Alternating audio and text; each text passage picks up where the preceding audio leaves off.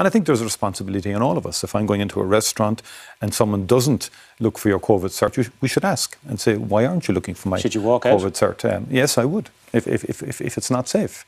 Because we simply, because what we're doing is to enable reopening.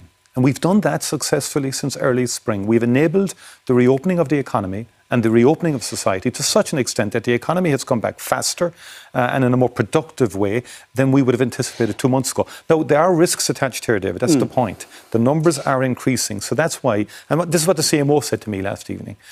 Rather than getting stuck in the specifics, and I understand what each sector does, the real key message collectively for us as a society and as a people is that we all have to double down and just behave sensibly as we move about the place in terms of protecting ourselves and wider society from this terrible disease.